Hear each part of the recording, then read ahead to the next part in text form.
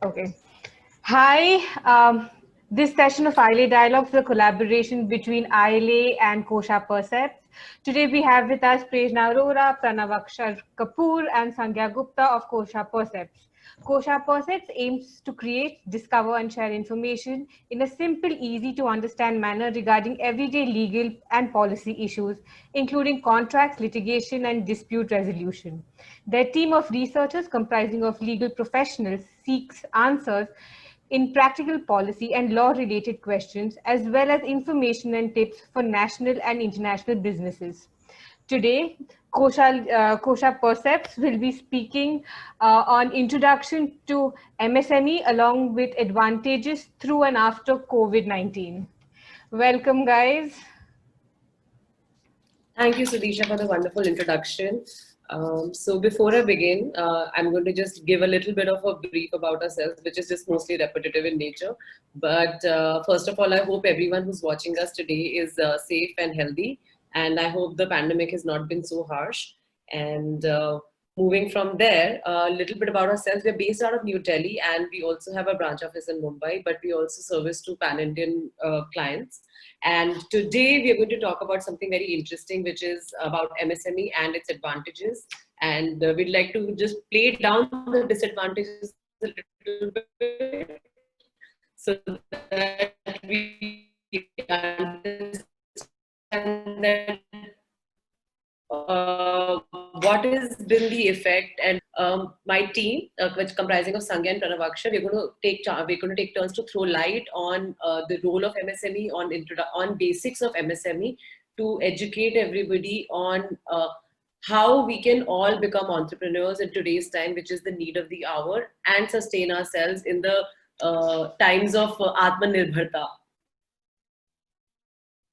Yeah, so I guess MSME has been the buzzword lately. So let's begin with an introduction of what MSMEs are. How does the law define it? And what are the changes that the government has brought about in the definition of MSME? What was the intent, impact, etc. Before we proceed to how advantageous the framework is. All right, so I think going to the basic standpoint of MSME, we need to understand that where does it come from. So MSME essentially stands for micro, small and medium enterprises. And there's in fact an entire ministry set up for establishment and sustainability of MSME. Now, a specific section of a MSME Development Act deals with the definition, and essentially the MSME, the nature of MSME deals with two primary sectors, which are the manufacturing and service unit sectors. Right. So before we begin, I'm going to share screen a presentation and we're going to take it forward from there for easy understanding and reading. In the meanwhile, if Pranav has something to add to our introduction, please do. Thanks, Prerna. The whole idea being that MSME is all of a sudden getting a whole new push for revival from the government, from say the new online portal and services which the Prime Minister has also launched, essentially for ease in compliance and also giving some sort of a facility to MSMEs, to the point that they're now talking about a universal Aadhaar based on for businesses. Based on MSME status, and the whole idea is that for long it has been thought that recognizing an industry by size and assisting them would be enough. But I think even during the course of this discussion, we're going to see how that instead of promoting industrial growth for any particular business, had actually brought them into a sort of a container where they could not get themselves out of for whatever their selfish reasons could be or regulatory reasons. So now I believe the future approach of the government is to allow and to promote the smaller industries, either through opportunities or through subsidies or whatever it may be, to be able to grow more.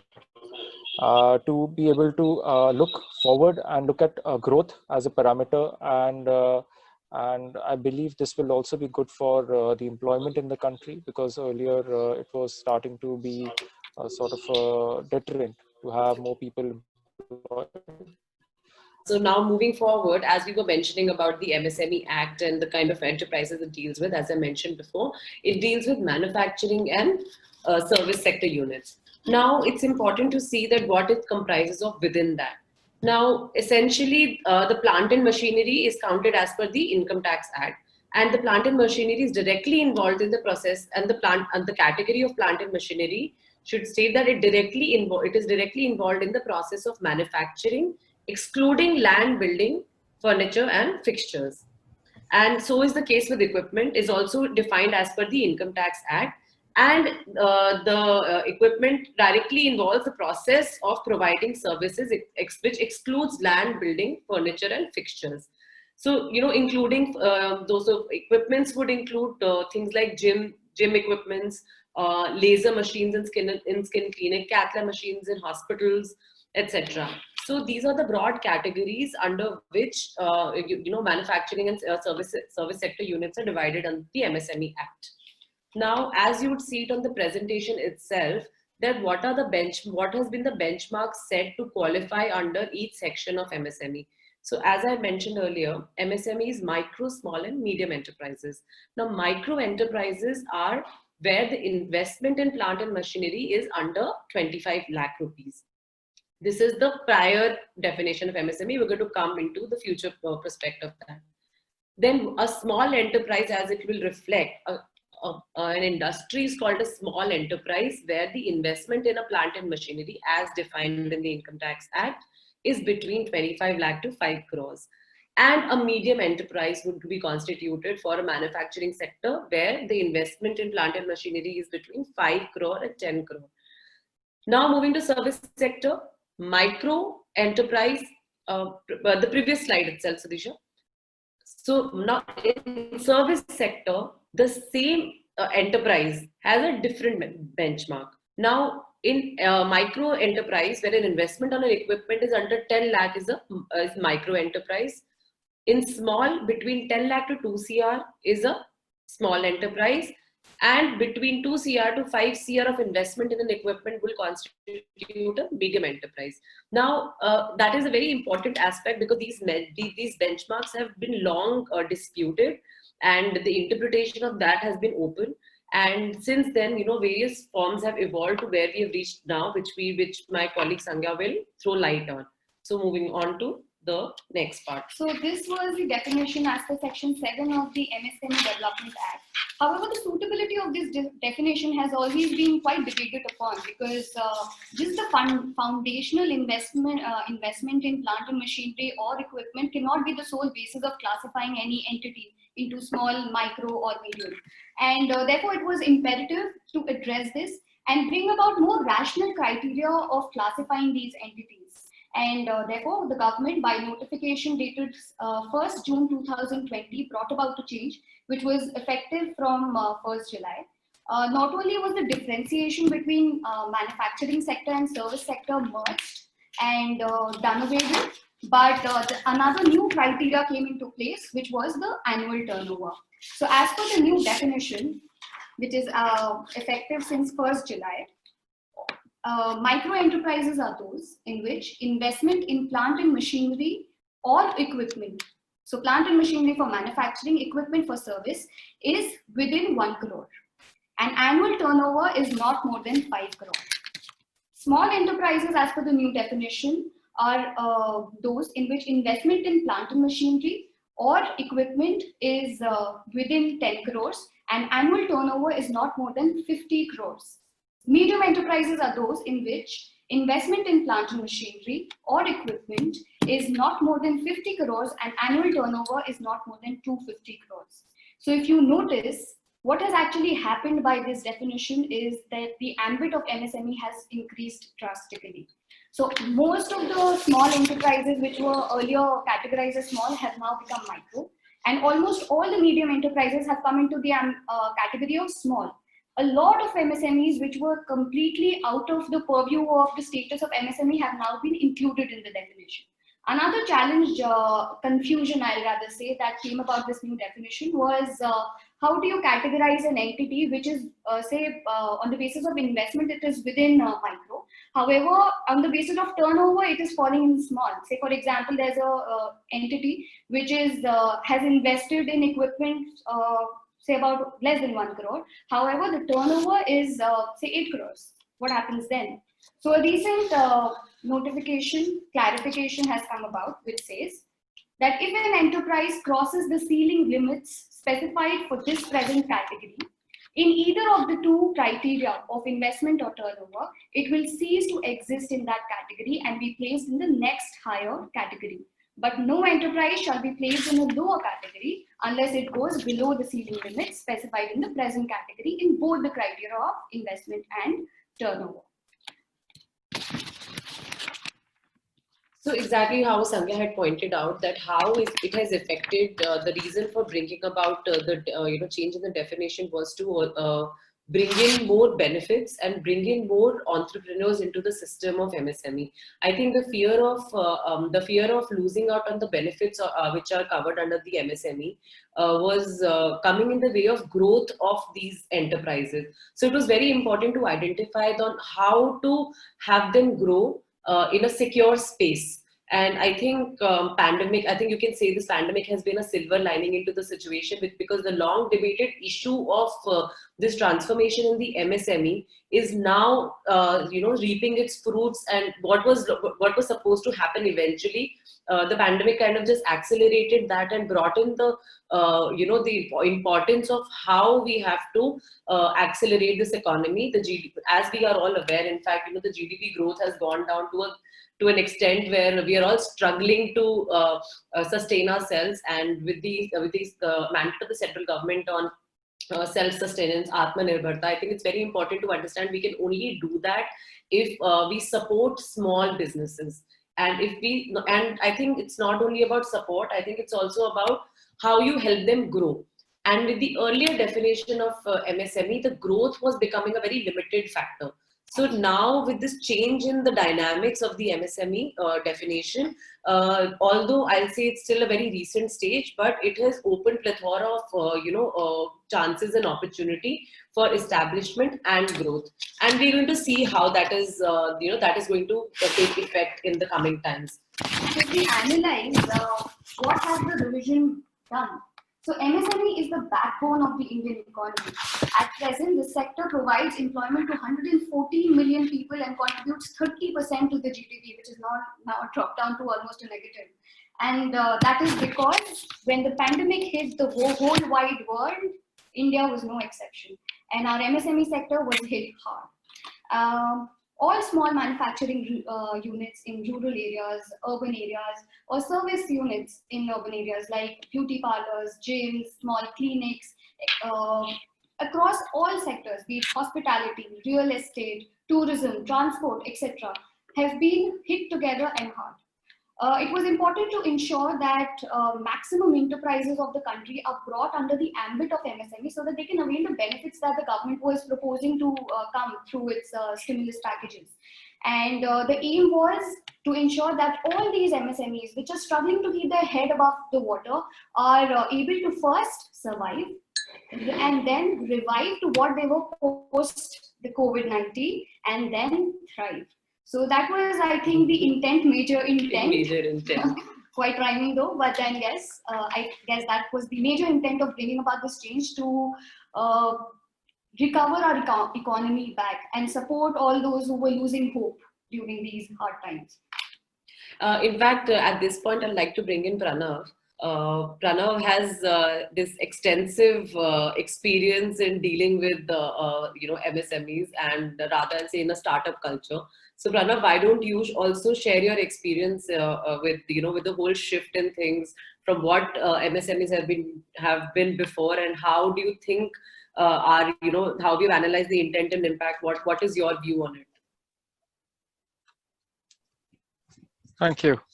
So it's mostly what we have seen of late is that there has been a certain decline in at least economic activity, however we may want to put it. But MSMEs have been the biggest employers in the country. They have generated most of the informal sector itself is also, well, It may be informal, but it is still the size of an MSME only. Unlike certain countries abroad, unlike the developed countries where again MSMEs are major revenue generators and employers as well, India has not been able to convert that particular kind of culture that they have abroad in business, where an MSME today is a growth engine for the economy tomorrow of sorts. Scalability has always been an issue. Some do get very comfortable with the whole regimen of MSME and would like to stay within that. There is no actual incentive to grow, which is given to a particular, say, a small industry will have no particular incentive to grow to a medium size, in case they can still manage and make do with that particular size. But as far as certain protections, etc., are concerned, MSMEs do enjoy a faster dispute resolution process. They do enjoy a lot more on the front of at least being able to get some sort of sectoral benefits. From time to time, certain sector governments, authority, or whatever it may be, do also go for a certain kind of, say, a promotional well, for a lack of a better word, some sort of a financial assistance. These are usually picked up by MSMEs, and it is heartening to see that the government is also changing its approach now to how they see MSMEs. And mostly, as has been told already, the turnover system may come out to be better than what it was earlier, where the asset size, etc., was there, because it used to dissuade getting on too much plant machinery or whatever it may be. And being on turnover is better. We do see on the presentation in front of us the challenges faced by MSMEs. Sankhya, could you kindly run through some of the challenges here? Sanjay is going to now take you through the challenges of the MSME. Okay, so let's discuss how an entrepreneur actually starts his journey or her journey, and say. So the broad challenges faced by any MSME. MSME, since we are talking about micro, small and medium, I'm also including all the new entrepreneurs, the startup culture that has started in our country. So the first and the foremost problem that I feel is the lack of awareness. People, even who are starting up startups, don't know what MSMEs are. MSME don't know that they are MSMEs. A small panwadi nearby, or a shopkeeper, or a new, ladies beauty parlor, or a small gym, they don't know that they fall under the category of MSME. There's lack of awareness. The person on the ground is unaware of their rights, their benefits that they can avail. Although the government is making quite fancy stimulus packages with 3 lakh crore announcements and whatnot, but the problem is, until it is executed and implemented, it is known to the person on ground, it is not that successful. So I think number one problem is lack of awareness among people.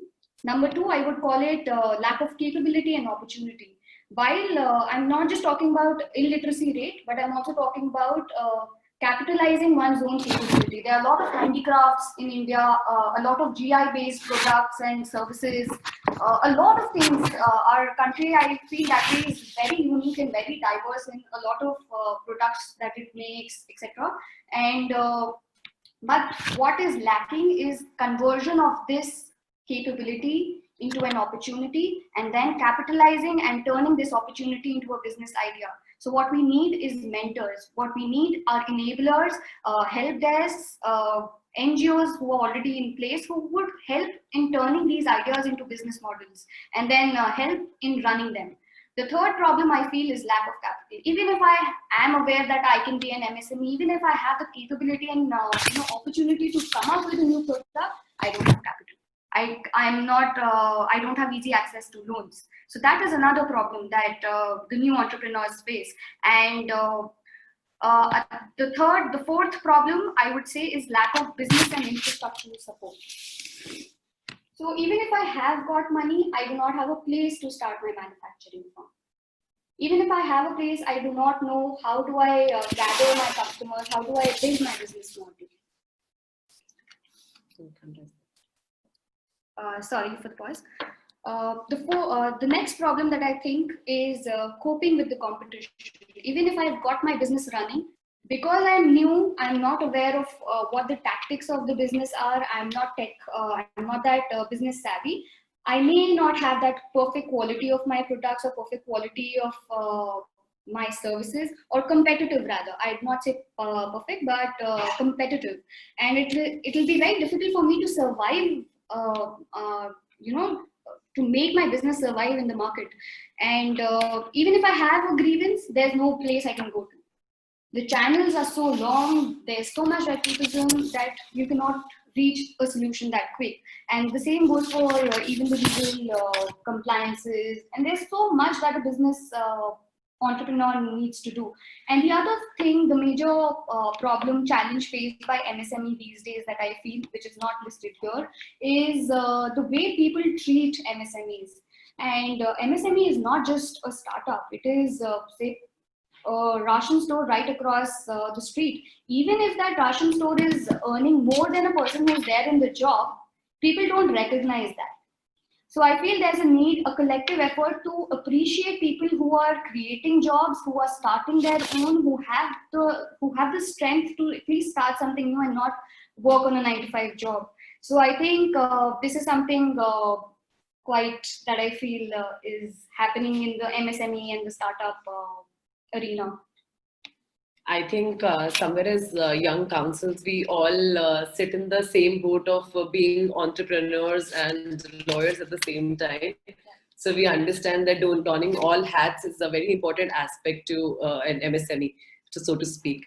But like Sangya had mentioned the challenges, I'm going to move to the lighter side of it and more positive aspects of it. What are the broad benefits that come with an MSME, you know? We all keep saying MSME, MSME, everyone understands, oh my God, you know, we want to take benefits and we want to become MSME, but nobody really knows what are the benefits of an MSME. So only one, when you're in it, you know, you try to swim your way around and see, you know, where's the shore, what is the end of this goal of becoming an MSME. So I'm going to highlight some basic benefits of an MSME. The disclaimer to this basic is that there are various schemes for various sectors for MSMEs under the MSME schemes. So we are not going to touch anything today which deals with any sector in specific, because those are vast schemes across various sectors. So it's very difficult to encapsulate that. But what we're going to run through is broad term benefits and certain schemes which are applicable in general, something that everybody can avail despite being from whatever field or background you're from. This will help us get a basic idea of what MSME can bring to the table as a starter. Once, of course, you dwell into your field and you go in detail of what you want to do and conduct business of, that's when you go into the detailed aspect of it, that how you can avail those benefits sector specific.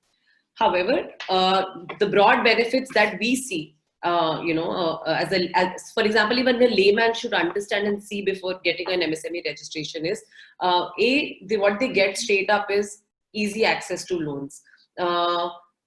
Question comes here is that how do you take access? Of course, you have NBFCs and you have banks. The moment you say you're an MSME, there's an entirely separate way of availing loans. And it just becomes your paperwork definitely would be lesser, and you will have more easy access to loan availability. Your loan connected to that would be your loan rates will be much cheaper. Now that your interest rates going cheaper means that the pressure of performance is little less, and then you can actually concentrate on doing the work.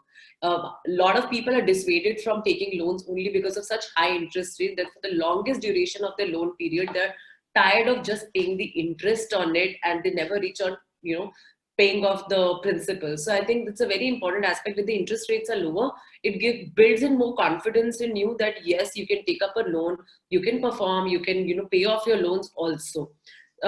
You can say that this could be something, this is just psychological, but definitely it works in practice. Then of course, very important aspect, the fact the MSME is there, the fact that there is a ministry which regulates MSME, the government gives the government keeps the MSME on high priority.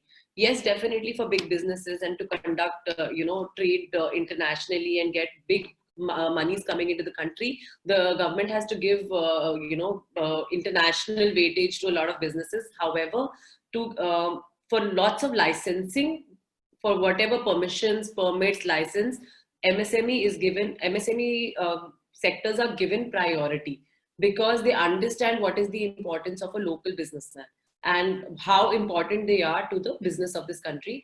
Hence, hence in any sector, in any area of business, any kind of permits that are required, any kind of licensing that is required, the government keeps the MSME on higher priority, which we'll demonstrate through various screens on how that functions. Then we're moving to tenders. Now, to create a opportunity land, to create a land of opportunity just by making a ministry or making an act or saying that there is an MSME benefit available doesn't do enough.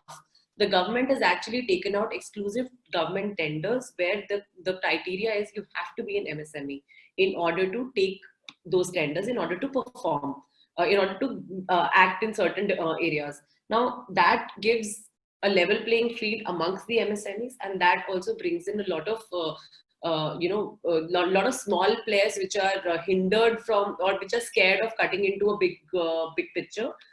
They get more confidence to come forward and perform and give results. I'd like to make an addition here. So I just read a report recently. So government has come out with a new scheme, or rather a new proposal that says that no government will call for global tenders up to the limit of 200 crores. So all tenders below 200 crores is for the nation to reap and strive for. So I think that is one big step that the government has taken. Although it is a great step for the short term. I think everyone should all the MSMEs should capitalize now, because also the range of MSMEs has changed so much. The fear of growth is now going. The fear of stepping out of the MSME ambit is kind of taken care of. Okay. So this is the time you capitalize on such bigger opportunities without fearing to losing out the benefits of MSME. I think this is what we mean when we say that the government is trying to create a level playing field within the country so as to make it self-sustainable and self-supportive. Absolutely. Although this is a great step in the short term, because it will boost up the MSME of the nation. But in the long term, I feel they should go off so that we can compete at the global stage. I think we'll get to that. I think after competing with ourselves, we'll get to the stage that we need higher challenges now. Fingers crossed. Yeah. Actually, on similar lines, like we said that the government gives priority to licensing. We have great benefits in the IP. I'm going to go back into Atmanirbharta, etc. And when we Startup India was such a big move, and now I'm going to go back into the COVID. I'm going to keep mentioning COVID over here because the idea is to show how important MSMEs become during the COVID period. We used to, as counsels, we used to always receive these queries from clients that, we are a small company, how can we afford, to register for IPs that are so expensive? And now with the coming up of Startup India, the government has come up with great schemes in providing concessions and rebated rates to, startups, small enterprises, or for example, in the entire gambit of MSME to register at a very subsidized cost. I think first of all, the idea of IP itself is very new to this country. It's only a couple of decades old, and the whole international appeal to it makes it sound very expensive.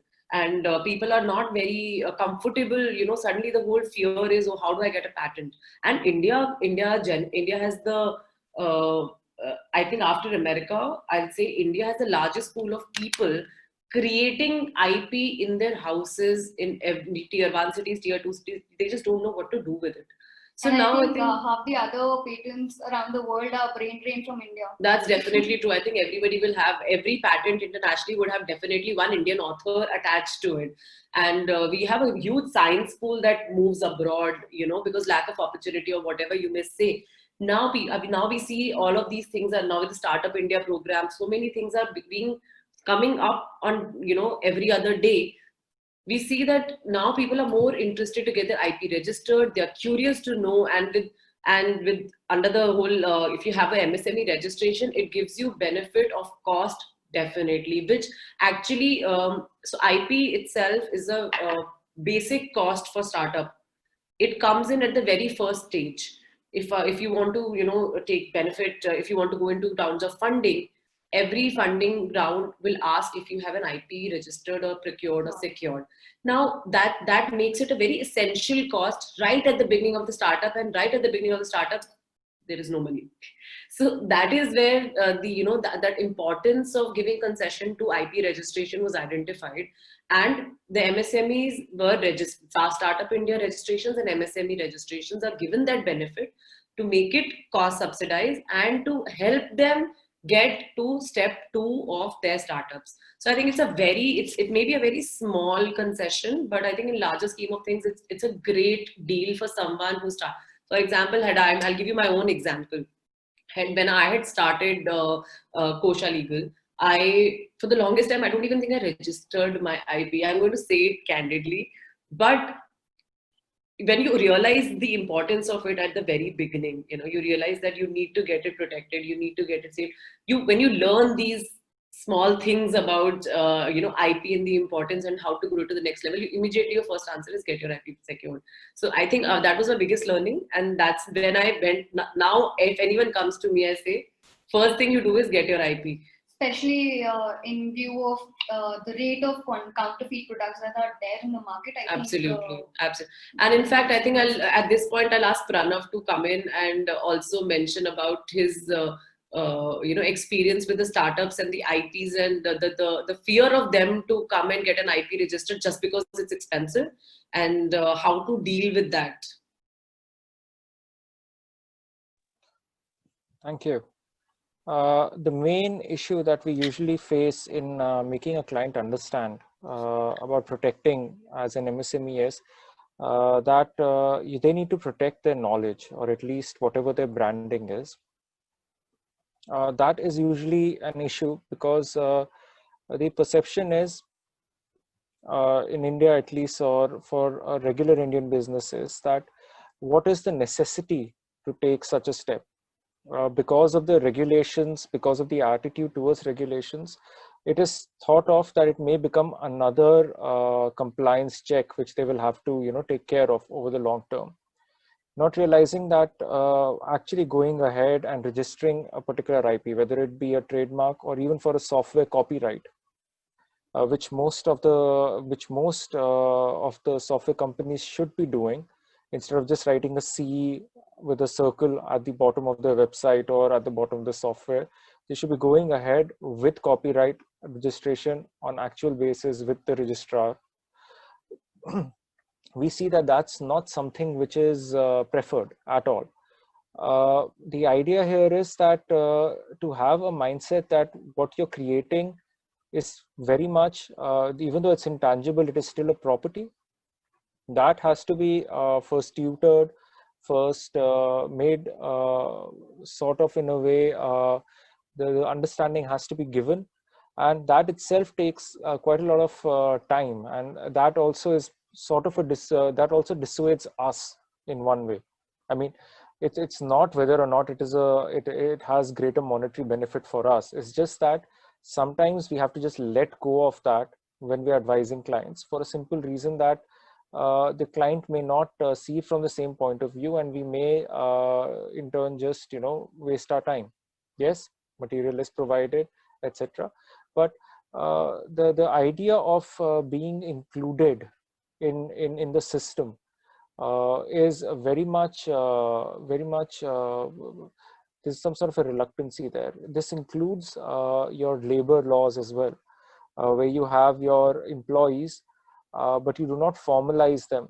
A lot of companies, a lot of informal sector companies remain informal because they do not come forward. They do not come forward with registration for employees as they should have them, whether it be EPF or ESI. They do not check whether or not the contractors that they're getting are being registered properly under the relevant acts. There is a lot of, well, in name of ignorance, there is a lot of keeping outside the scope of the law or regulatory ambit, when in most cases, they do protect you as a business. So in such cases, as far as employee rights are concerned, down to even intellectual property, it's a challenge to talk to MSMEs, especially when they are either family run or there is less of a professional management in them. Which is, by professional, I would define professional as someone who is not part of the family that is running or owning the business, or is not the owner, and is someone who has been hired to run for that particular job itself. So that is something which is missing in the whole country. And I think as we're going along, a little bit of awareness has been generated, and this has come through, say for instance, if I'm a small vendor and I've come on either one of the e-commerce platforms, the e-commerce platforms themselves ask for, if in case it's a proprietorship, which we all know is where an individual runs a business under a brand. The proprietorship itself is asked for proof of registration of the trademark, etc. Now, when such marketplaces place a certain sort of a barrier to entry on basis of these registrations, suddenly there is awareness. Suddenly you have even small vendors asking for trademark registration. Now, of course, this is seen from the other end of things, that why is it being made compulsory on them? What are they will always see it as a disadvantage or as an impediment or an obstacle. But by the end of the day, this has a positive impact on them as well, because now they are able to take forward the brand and protect it as well. So there are steady improvements coming, but I think it's the leaders in the industries which will have to lead it by setting higher standards, so that the vendors comply by them, and it percolates through from the bigger establishments and down to the vendors, who in turn may also then uphold these standards forward by taking on their contractors to be liable or accountable. So again, for bigger industrial houses, it is essential that they should also start recognizing that the vendors should also be having a certain sort of a regulatory, or at least some sort of a protection in place for their own IP. Prerna? Yeah. Thank you, Pranav. Thank you actually for explaining the relevance and the importance of it and how it fits into the small business sector. And now moving on to the most important benefit, most important benefit that I've always harped on. One is that there are several tax rebates that are available, and the credit of minimum alternate tax is no longer. There's no credit on minimum alternate tax anymore. Now, tax rebates actually, it's a very important thing, because the initial stages you have difficulty in generating revenue conducting business. So getting any kind of a tax rebate or falling in a tax slab below the actual tax slab always benefits for a business to grow. So this is very essential. Secondly, I think dispute resolution, which may not be seen in this circle over here, but it is further in we will discuss the schemes. There are two very important aspects apart from this, which I feel should be highlighted. A, the dispute resolution mechanism, which is specific to MSMEs, which is, Surisha, can you move to the next slide? Yeah. And the payment system. I think a lot of people suffer with the payment system in general. Now, MSME, anyone who's registered in an MSME, if contracting with any other party, gets the benefit of ensuring that the party pays them in a certain system given under the Act. They cannot be indefinite delay in payments. There is a certain schedule that has to be followed. For example, if I am contracting with an MSME, in that case, if I am contracting in an with an MSME, I have to follow the payment schedule under the MSME Act. That means I have to make those payments in a given prescribed format, and I cannot delay those payments beyond that. They have very strong specific rights under the Act, which are actually enforced with great good so. So I think it's a very, very important aspect, because money recovery is the hardest thing, especially in this country. So it is the fact that this is identified and actually put into practice, the execution of payment recovery. I think it's one of the brightest benefit of being registered under MSME. So now as we said, we're going to move to the schemes and initiatives of the MSME. I think to begin with, our finance minister had announced that there are the free loan of 3 lakh crore for businesses falling under the MSME.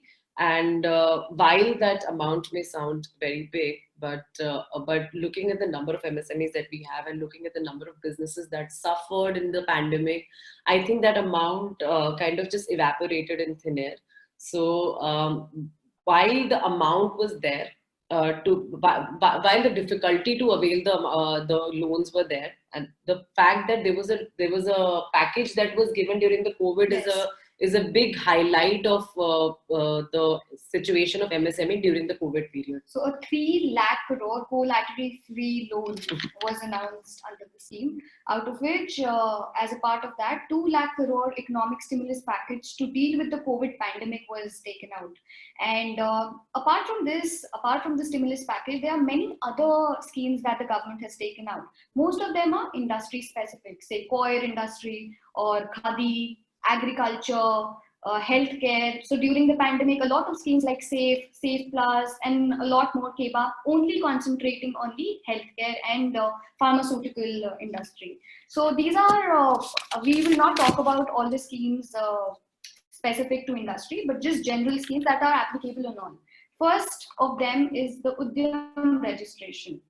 So all small scale industry initially, before 2006, they used to get a small scale registration certificate. The process simplified to in entrepreneurs memorandum forms. Then came about Udyog Aadhaar registration. And now finally we've come to Udyam registration, which does not ask you for any documents. It is in fact a self-declaration that the entrepreneur gives. The government says, okay, you are fit to go, just enroll yourselves, become an MSME, we'll issue you a certificate. So the reason behind this is, although MSME, there are so many schemes for MSME, the government has been harping on all the benefits that the MSMEs have, but the beneficiaries on the actual ground are very few. So in order to encourage people to at least enroll themselves so that they are at least eligible for the benefits, the simplest form is Udyam registration. You go online, you fill up, you give up all your details and you get a certificate. No verification, no documents, a simple, of course, a preliminary verification, but no lengthy documents, no lengthy procedure, a simple process. So this is scheme number 1 that we are, this is the first scheme that I would like to tell you about. And then we have Aspire. So Aspire, as the name says, very aspirational in nature. It actually means a scheme for promoting innovation, rural industry and entrepreneurship. Now the scheme is the purpose of the scheme is to ensure that innovation and ideas of starting a micro and small business takes place at the grassroots level. And everybody at the lowest denominator can have access to entrepreneurship based programs. So I think the whole point is to facilitate how to begin, where to begin, and set you a basic level playing field at the very grassroots level, and then grow from there. And then they should, I think, they should be concentrated on micro and small businesses only. Mostly. Basically, inculcating that capabilities, the skill, the basic requirements that they need to at least start thinking on those lines. And that takes us to our second scheme, which is Entrepreneurship Skill Development Plan. As the name suggests, it is a skill development plan that has been carried out, but concentrating mostly on women and people from the castes of SC and ST. But apart from these, there are many self-help groups and enablers, help desks, NGOs that work in creating that base, a fertile ground where people can at least start building on their capabilities, which they can later on develop into a business model. And moving from there, we have micro and small enterprise cluster development. That the scheme that goes on for capacity building and capability building initiatives. And basically, what it does is that it creates enough capacity and how to improve or increase your capabilities, and this is mostly dedicated towards the self-help groups, small businesses, and the idea of developing technology, developing skill, taking you from level 1 to level 2. So there are various initiatives and various programs that help all these kind of groups and programs to take you from level 1 to level 2, and also do capacity generation. At a very say micro and small level, you don't have that much capacity to go to level 2. So under this particular scheme, they assist you, they try to understand your business, they see that what is required and where is the lacking, and then they plug in and try to do a capacity generation for you to help you scale up from where you've become stagnant. And that takes us to the fourth scheme, which is incubation. As the name suggests, it helps once you have an idea, a design in the head, it is very important to culture that to become a business idea, a doable business idea. So this scheme helps innovators with implementation of their view, design, ideas or products.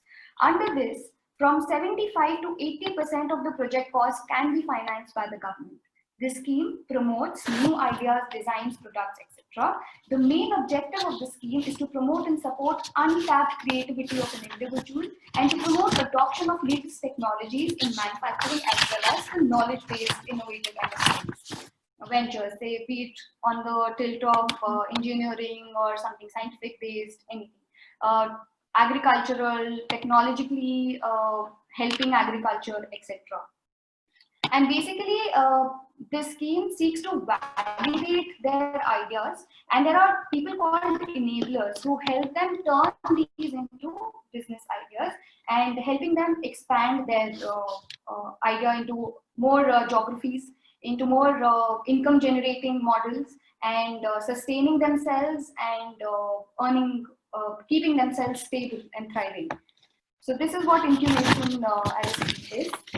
And now from incubation, the moment incubation gets, or the stage of incubation gets over, or say when you're settled in the incubation, what next? How to scale up and go forward? That's when you need the money. You've created an idea in incubation, you have settled the concept, and now you need the money. For that, the government has the Credit Linked Capital Subsidy Scheme, and I'm going to talk about that. And in addition to that, I'll also like to mention the emergency credit line given in the COVID period for that credit link capacity generation. So I think it's very important to understand that MSMEs are all formed and framed and begin, and they try to do business, whatever.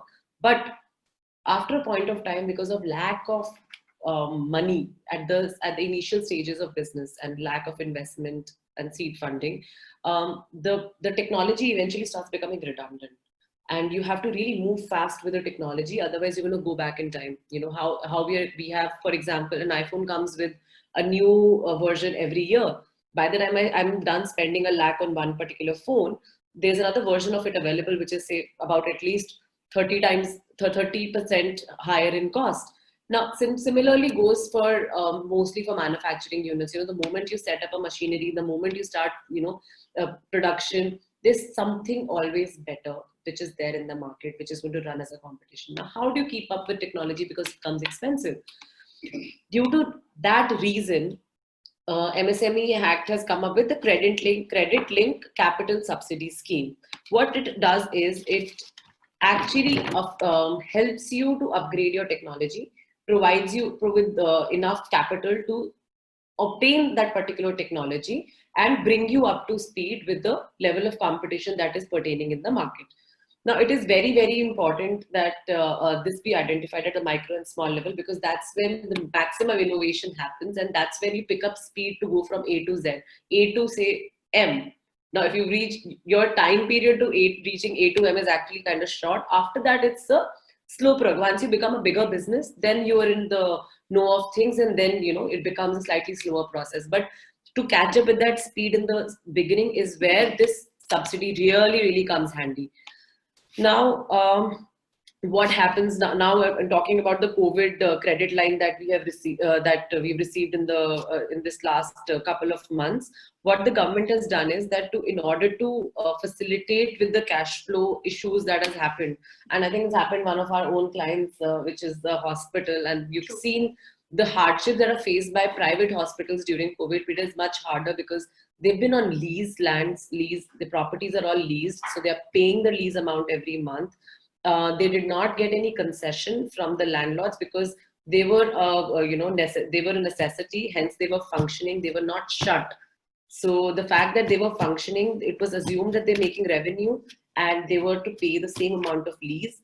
So that is a huge cost that incurred. Whereas the maximum money that I think that the hospital makes their revenue is from surgeries or operations, which were not happening.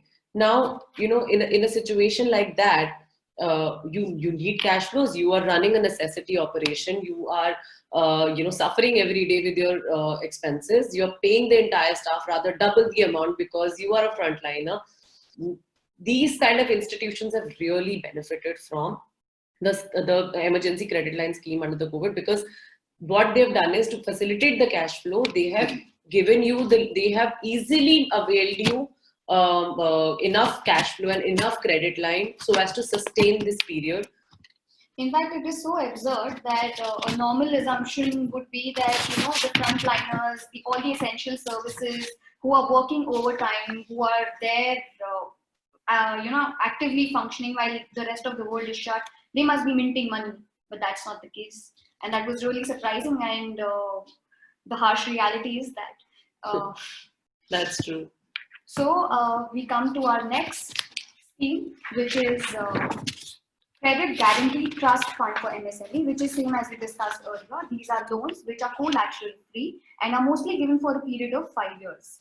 But now there are a few changes, a few more upgradations to the said scheme. I would now like to combine scheme number 7 and 9 in view of the paucity of time. I think I'll just combine scheme 7 and 9, which is concentrating on what an MSME has, what aid does an MSME need once it starts functioning. You have the product, you're manufacturing, what next? How do you sustain yourself in the market if you're not competitive? So this scheme is basically to help those. The Ministry of MSME has launched National Manufacturing Competitiveness Program to improve the competitiveness of these MSMEs. People don't buy local because it is local. But now you need to be vocal for local. And I think this scheme also aids that. The initiatives under the NMCP, that is the National Manufacturing Competitiveness Program, aim at increasing productivity, upgrading technology, conserving energy in the manufacturing processes, as well as expanding domestic and global market share in the Indian MSME products. The main objective of this scheme is enabling manufacturing sector to be competitive through quality management standards, quality technology tools, to sensitize and encourage SMEs to adopt latest QMS and QTT techniques, and by organizing seminars, campaigns, workshops, through enablers, self-help desks, and other manners in which they can actually help them maintain a quality control through QMS and quality technology tools, and then get going in the market and thrive. Actually, talking about quality control, I think moving on to the next one, the zero defect, zero effect, Yes. declaration by a Prime Minister. I think it's very important to state here that while addressing the nation on the Independence Day, our Honorable Prime Minister had focused on zero defect, zero effect, concentrating on how now we need to move to a self-sustainable economy, and the only way to do that is to create a product of quality. I think it's important to mention that it said that manufacturing of goods in the country should be under zero defect, and to ensure that the goods have zero effect on the environment. So I think it's a double-sided sword where it says that you have to create product of quality A, and you have to ensure that it takes care of your environment as well. So self-sustaining and sustainable environment. The combination of two is what the aim of the now the MSMEs, the mandates are very, very clear that you have to concentrate on delivering quality instead of quantity. While you deliver quality, you have to maintain a sustainable environment. And there are many benefits that are given to these ZDT entities. They are given immense financial support, like 0.5% interest rate concession on loans. Correct. 50% concession on processing fee. And now with the they're asked to, they're given additional amount, a credit of 25 lakh rupees for adopting a technology for making sustainable products, which I think is a good push now. I think a younger generation is more entrepreneurial in nature, and they're now the biggest consumers. And on the other side of the MSMEs, they understand the importance of the saving the environment. Absolutely. And I think definitely a huge chunk of these upcoming MSMEs are going to take the benefit of any scheme that comes to saving the environment. So I think it's a very, very important scheme now in the coming times, and it's in like we say that other states are in line with the central government, other schemes are in line with the spirit of the nation. I'll say that this particular scheme is in line with is in line with actually the youth of the country, which has identified the strength in saving the environment. So I think this will go a long way in the history of MSME, the whole change in the sustainable environment. And since we are talking about youth, we should also talk about women in the rural and urban areas. It is not just in the metros that we see women empowerment. What is needed is at the grassroots levels as well.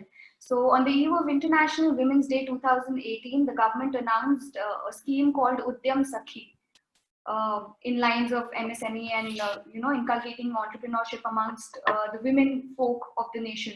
And I feel there are so many small cottage businesses, be it in textiles, be it handicrafts, be it proprietary food items that are made across the nation, that are being undertaken by clusters and groups of women. There are so many self-help groups of women helping each other become independent. Financial independent is the new term for the ladies. I think women entrepreneurship is something that needs to be given a boost to, especially in those areas where women entrepreneurship is less. And this scheme particularly concentrates and focuses on that. That's right. And now, I think since I'd mentioned the most important for me as a benefit and as a benefit that exists for MSME, I'm going to come to the issue of addressing the problem of delay in payment by the buyers. This, as I said, that is the most important aspect of conducting business, how to make a recovery and how to make your business profitable, because there are bad debts, and eventually there are bad debts to the extent that you're someone who starts a business shuts down faster. For example, in any commercial street that you see, 10 new restaurants come up every day, but by the end of the month, you'll see only maybe 2 surviving at the end of the day. You have to understand that how it all circles around. So I think what MSME Act provides is for a very strict timeline, extending maximum up to 45 days from the date of delivery of goods for the payment to be made. And I think this is an aspect which people miss out the most. Absolutely. This is the biggest benefit which people don't even know about. So I think it's very important. I'll say anyone who's listening or watching us or will be watching us should always, if you're a lawyer, do tell your client about this benefit while they're registering of and MSME. Also the non-MSME clients to be beware of. It actually works both ways. One needs to keep their eyes and ears open. And from personal experience, I'd like to make a specific mention. People come to us saying that, we started a new business. We want to get a trademark registered. Can you just register us in MSME, because you have to pay like some amount lesser. Whereas I actually sit them down and tell them that, okay, this is not it. You can really take this forward and impose it as a strict timeline in your businesses across your service and manufacturing industries. Now, similarly, if we are, advising a bigger client, we always tell them that beware of anyone you're signing up as MSME. Always ask them if they are a registered MSME or not, because they will have to follow. You can have your own internal system of payments, but you will have to follow their timeline. It's a special law. It supersedes any internal system that you may make. So I think it's a very important aspect which most of them miss out on, and which should be highlighted by people advising, and which should be absorbed by people who are consuming this as a service. Yes. And last scheme, Internet Grievance Monitoring System. So basically, whenever an MSME has a grievance, it needs to be redressed immediately, because seeing the scale, it will not be able to survive for longer or handle the problem for longer. So therefore, an a platform has been made, an online platform called Internet Grievance Monitoring System, also called MSME IGMS system, that has been launched to monitor all the complaints and suggestions sent by people, which is very important because until you get the feedback from the people who are actually in it, who are availing these benefits, who are not being able to avail these benefits, what is their feedback, what do they want, so that the further schemes can come in. It is very important to have a portal where the people from who are there on ground can give you an honest feedback. So this is that portal where all complaints and feedback of people is entertained with at an expedite rate. Yeah. So I think here we've covered primary schemes, initiatives, all the benefits and challenges of MSME. And I'd like to conclude by saying that while a lot of these developments have happened during the pandemic, I think it should be considered as a silver lining that the strength and role of MSME and its contribution to the Indian economy is now finally being taken seriously and is being acknowledged.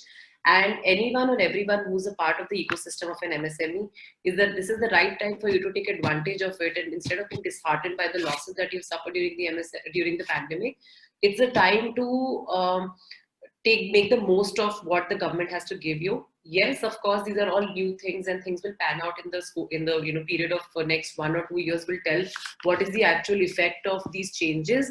But nevertheless, I think this is the right time for any MSME to capitalize on what is available today. And as I'd say, like, this golden era for growth of MSME will probably not come again.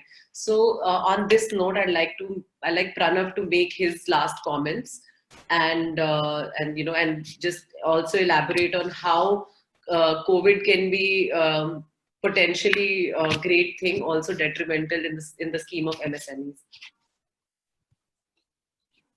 Well, thanks, but I wouldn't frame it like that. I would rather say that the COVID, unfortunately, it took COVID to present an opportunity for the government to bring MSMEs into focus. Partly because we all know that it was during this previous lockdown period, and for whatever the global situation has been, where the MSMEs have suffered the most. Your bigger companies and more established, larger businesses have had the cushion to survive it, even though they did not come out uninjured. I mean, they have also suffered, but it's just that for hand-to-mouth existence in certain businesses, this was not something which would have, it has taken its toll. But unfortunately, or fortunately, due to such circumstances, the government is finally paying attention to lifting these MSMEs back. And in the past 1 month itself, we have seen a lot of activity on part of the government. And it has been realized that a small enterprise of today will be a major economy driver or engine tomorrow. So keeping that in mind, as has already been pointed by Sangya and Prerna, the procurement policy itself for the defense has also been tailor-made so that MSMEs are given a better leverage. This leverage is even better than the Make in India campaign. And certain other advantages which were there in the MSME still persists.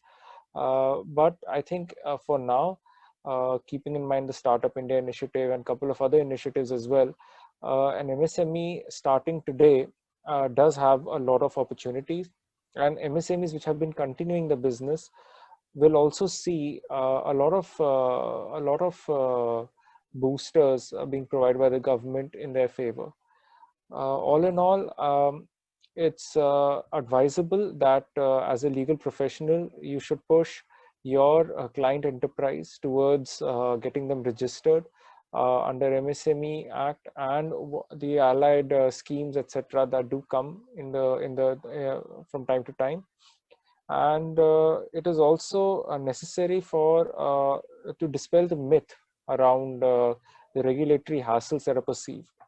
And I believe that having a better understanding as a professional will also help educate the clients, even if it is by piece basis.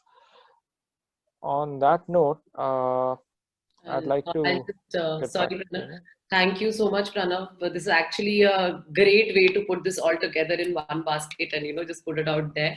But on that note, I'd like Sangya also to say a few words and also give due credit to the to our team, which has worked very hard and which continues to work towards helping us research on MSMEs and advising our clients. Thank you, ma'am.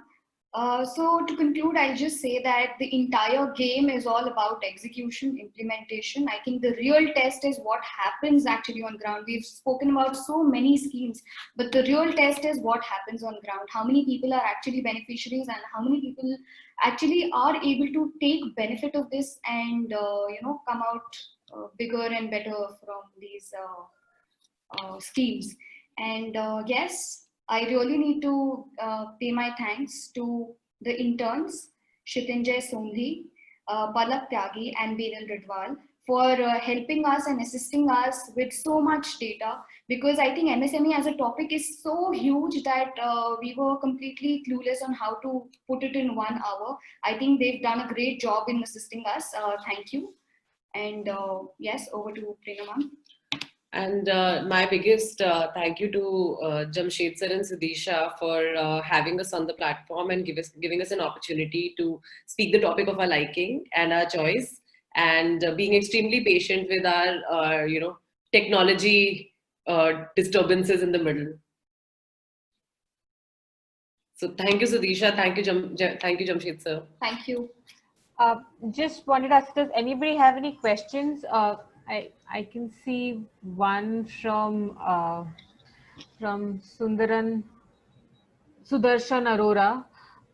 It says, in calculating the investment in plant and machinery, whether investment in non-productive assets like cars will be included in plant and machinery, or for the purpose of MSME, investment in plant and machinery includes non-productive assets like cars or office equipments. Thank you for the query, sir. So while calculating earlier, as per the old definition describes plant and machinery or equipment as those equipments and those plant and machinery that are directly involved in the manufacturing process or providing the services. Say, for example, if you have a gym, which is service-based, all the investment in the equipment is what will be calculated. And not the car of the owner, or perhaps a common pool car. And similarly for a manufacturing unit, say if I'm manufacturing biscuits, my machine that is actually being utilized for manufacturing. So your non-performing, so question is a non-performing asset like a car, but if you're not in the business of manufacturing a car. That's right. So but that's where it's not going to count. We should also tally with the income tax That's act a definition under income. What is defined there, because MSME Act follows the Income Tax Act. Right. I hope that answers your query. Thank you so much. Anybody else? I think Jamshed sir had a question. Yeah. No, this is very interesting. We have, especially this is for you, Prerna, the entertainment sector, basically this, do you think that this could be actually a wire media for the fact that, they have not been considered an industry, and, small and most of them initially are small and medium enterprises. So how do you think, I mean, I've only seen one attempt of them trying to get event companies registered under the Act. But do you think this... Yeah, so this is actually a great driving force and a pilot project to be taken up as well if you see one, if you're trying to fit into the MSME sector. Right. But I see great scope for production houses to make their way, especially now with the OTT platforms coming in. That should be they should be the pilot. They should be our driving force to enter into the MSME sector from the media and entertainment side, because it's debatable, but definitely your output. Yeah, for example, your camera equipments. We're talking about equipments, right? So as a production house, if you show your investment in your equipment for production of an output, which is a film, now you can, your investment of your equipment then can be shown, and that can be considered as MSME. However, sir, these are not the questions that will come up at the time of registration of an MSME. But tomorrow, to avail the benefit when you go out, that's when you have to establish or make your case as an MSME. But definitely, I see a great I see a great potential for now smaller production houses, independent film productions, especially entering in and pouring into the OTT platforms. They have a great opportunity here to take in. Thank you. Thank you, sir. Anybody else? I think that's it then. Thank you, Sirisha. Thank you, everybody. Thank you, ma'am. Thank you, Pranav. Thank you, Sangya. Thank you, Prerna. This has been really informative. I think there's one more question. Sorry. This is wait, I'll answer. Do you think Yeah. MSME still needs some major changes to actually? Actually, it's a very open-ended question, but I'll still say that whatever baby steps that MSME has taken towards making any significant change in the recent past, especially during the pandemic, the fact that they were acknowledged enough in the present Indian economy, I think it makes a great difference. From being, from being just a redundant, I'll not say redundant, but we are slow moving, ministry. Now suddenly it's taken the front seat. You can say that every change takes time to reflect. I think these are some whatever 8-9 initiatives that we mentioned, and not to forget, I'll like to mention again that there are a lot of other schemes that are very industry specific. So if, eventually if we move on to specific industries like healthcare, FMCG, etc., there are so many incentives and so many benefits that are coming industry specific. I think it's best to let them play out whatever that they've brought in now for next 1 or 2 years to see where they're at. First of all, important aspect would be if people actually go and take benefit. People track if there is awareness. First step would be how many people go and register themselves. How many people will understand the benefits, and how many people will avail those benefits. I think the only thing which I'll say now that MSME needs to do is make more awareness programs. Absolutely. I think And, all these things will be redundant if you don't have awareness about the issue at hand. So once you have more awareness programs, I think all these little changes that they have made, they're all going to come together very beautifully. I think we can criticize every and all steps that the government takes. So even after 3 lakh crore being announced, there were news that the MSMEs are disappointed. They were expecting direct cash and not collateral-free loans for their working capital. So things like these, but that is very impractical for even the government to do. Government cannot come and simply hand over cash. It's doing its best, I think, in the situation, in the given times, to give you collateral-free loans, to make sure that you are not turned into NPAs. They're giving you a good cushion and a good time to, Correct. earn yourself and pay it. So I think like these are just baby the steps, gentleman who's right? asked the question has also mentioned that aren't we a little too late? I'll say that while India was a little too late, I think COVID delayed every other country also. So while we may not be at par with other country, but I think the gap of competition, the gap of competition is reduced, which would not have been the case up until last year. Now with the reduction in the gap of competition in comparison to other countries, I think now is the time to really get in the fifth gear and rather go into automatic and just zoom into the distance, because now India has the potential to at least in the Asian market to lead where it wants through the MSME. Okay. I think that's it then. That's it. Thank you so much. Thank you. Thank you, guys.